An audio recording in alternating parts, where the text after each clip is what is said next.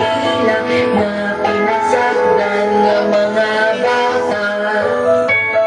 I-report tayo kini para ma-aksyonan, pagpangabuso atong batukan, katungod sa mga bata atong protektahan.